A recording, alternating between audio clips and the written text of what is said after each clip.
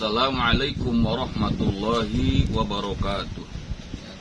Alhamdulillahirabbil alamin wal 'aqibatu lil muttaqin wala 'udwana illa 'alal zalimin. Wassalatu wassalamu ala sayyidil mursalin sayyidina Muhammadin wa ala alihi wa sahbihi ajma'in, amma ba'du. Faqad qala Allah ta'ala fi kitabihil karim, a'udzu billahi minasyaitonir rajim. Bismillahirrahmanirrahim. Wa mal hayatud dunya illa mata'ul ghurur. Shadaqallahul azim. Pemirsa, saudara-saudariku sekalian yang berada di mana saja yang saya hormati, dalam suasana sore ini, semoga kita senantiasa mendapat perlindungan Allah Subhanahu wa ta'ala dalam keadaan sehat walafiat. Dunia yang begitu indah, dunia yang begitu gemerlap, karena memang seperti inilah Allah menjadikan dunia ini tempat tinggal manusia sementara. Namun di balik kesementaraannya ini, manusia banyak yang terlena dengan keindahan dunia, dengan kekayaan dunia, jabatan dunia, segala apa yang ada di dunia ini menjadikan manusia ini terlena.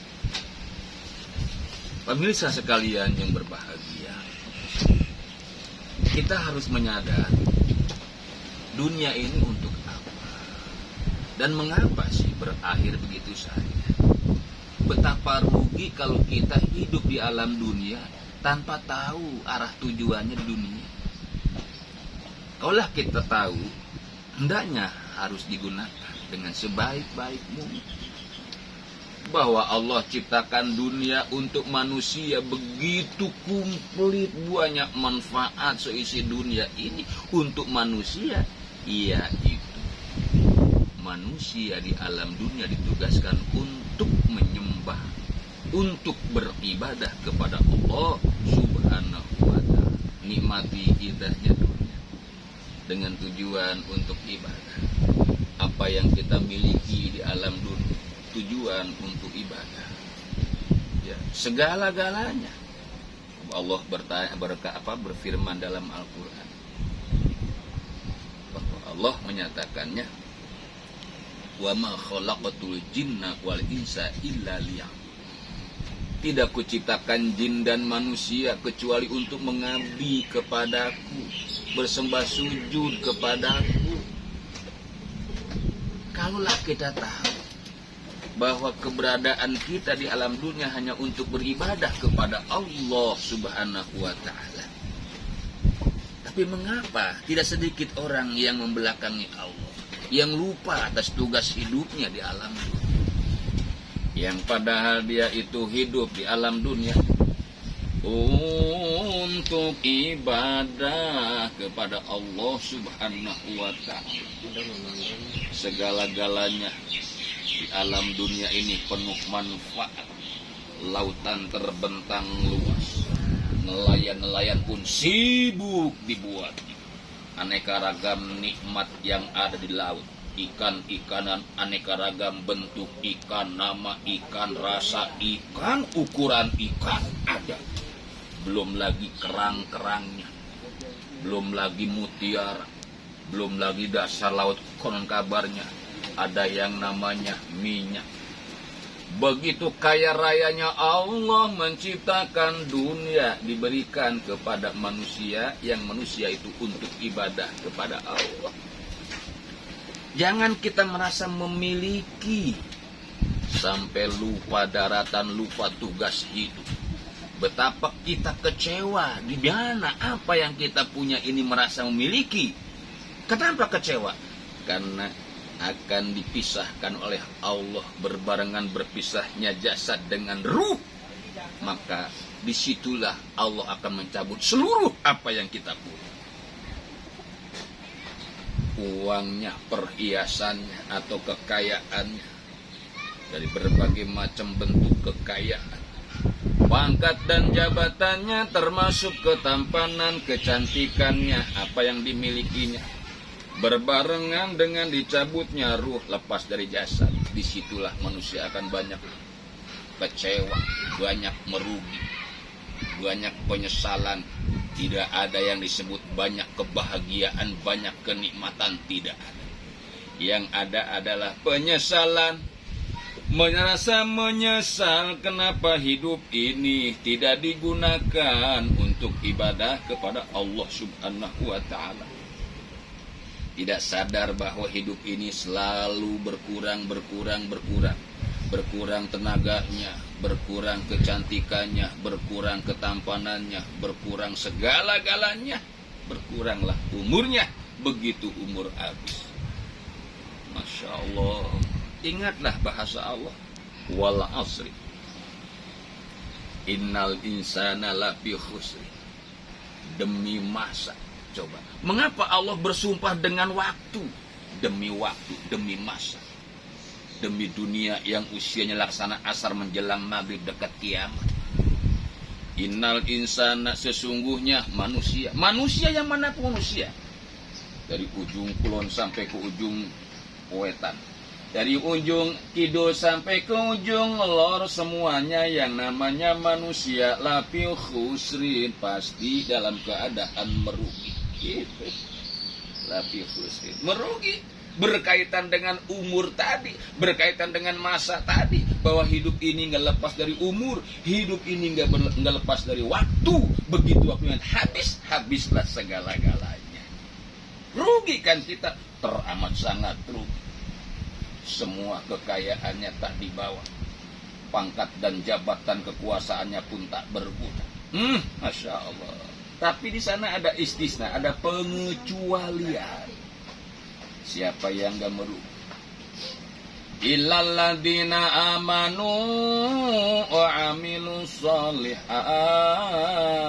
wa tawassaw bil haqq wa tawassaw bis sabr.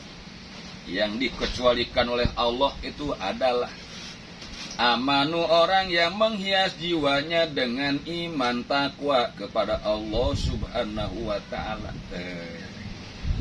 Karena iman adanya di ruh, di jiwa kita, bukan di badan kita. Gerak iman itu di jiwa kita, di ruh kita, bukan pengakuan, bukan penampilan. Ya Allah, illal ladzina amanu, kecuali orang-orang yang punya iman yang menghias jiwa dengan sifat-sifat keimanan ketakwaan. Nah itu. Yang selanjutnya, wa amilus sholihat, tingkah perbuatannya, kelakuannya selalu maslahat, selalu soleh di hadapan Allah. Definisi soleh adalah al-qaim bihukukillah wa hukuki ibadi. Orang yang siap menegakkan perintah Allah alias rajin ibadah, dan terhadap sesama menumbuhkan kemanfaatan, kemaslahatan, tidak pernah menggunjing orang, tidak pernah berbuat hal-hal yang merugikan orang lain, baik lisannya, tangannya, seluruh organ tubuhnya diberikan kemanfaatan kepada manusia khususnya.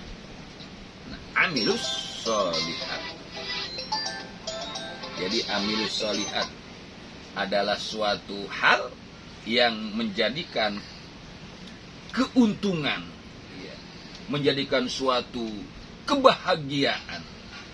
Setelah itu tawasau bil haq, digolongkan oleh Allah orang yang beruntung, bukan merugi, adalah orang yang lisannya mau menasehati, gitu ya, saling menasehati, saling mengingatkan bahwa hidup ini ada mati, bahwa dunia ini ada akhirat, gitu, bahwa amal ini ada balasan. Mengingatkan khususnya untuk diri sendiri, kemudian untuk anak istrinya, keluarganya, saudaranya, tetangganya, dan seluruh manusia. Tawasau bil haq, bil haq dalam hak ini kebenaran, kebenaran yang mendapat ridho Allah. Wa tawasau bis sabr, Dan juga orang yang selalu sabar dalam kehidupannya, diuji dengan apapun dia sabar, dihina, dicaci, dimaki. Bahkan sabar pun dalam ibadah perlunya kehusuan, sabar walaupun berat. Orang kaya sabar dalam arti ada suatu hak orang lain atau fakir miskin yang mesti dikeluarkan seharusnya tanpa diminta, karena itu kewajiban untuk dikeluarkannya. Sabar walaupun terasa berat. Bukan hanya orang miskin, orang sakit sabar sehingga dia meyakini barangkali sakit ini memberikan suatu obat, memberikan suatu kifarat lidunub, penebus dosa-dosanya. Orang sehat pun harus sabar. Kadangkala sehat ini selalu bergerak kepada hal-hal yang berbau maksiat. Sabar, gunakan, tersorupkan untuk taat kepada Allah. Sabar untuk memerangi hal itu. Maka Allah nyatakan 4 macam inilah yang bukan dimasukkan lafi khusrin, tetapi orang-orang yang beruntung.